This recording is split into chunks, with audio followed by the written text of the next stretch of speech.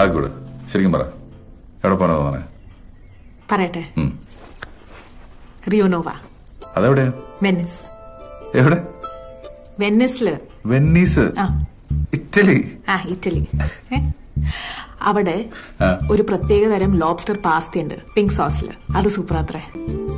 അത് ഉണ്ടാക്കുന്ന രീതിയുണ്ട്, അതാണ്. അതൊരു മാജിക്കാ.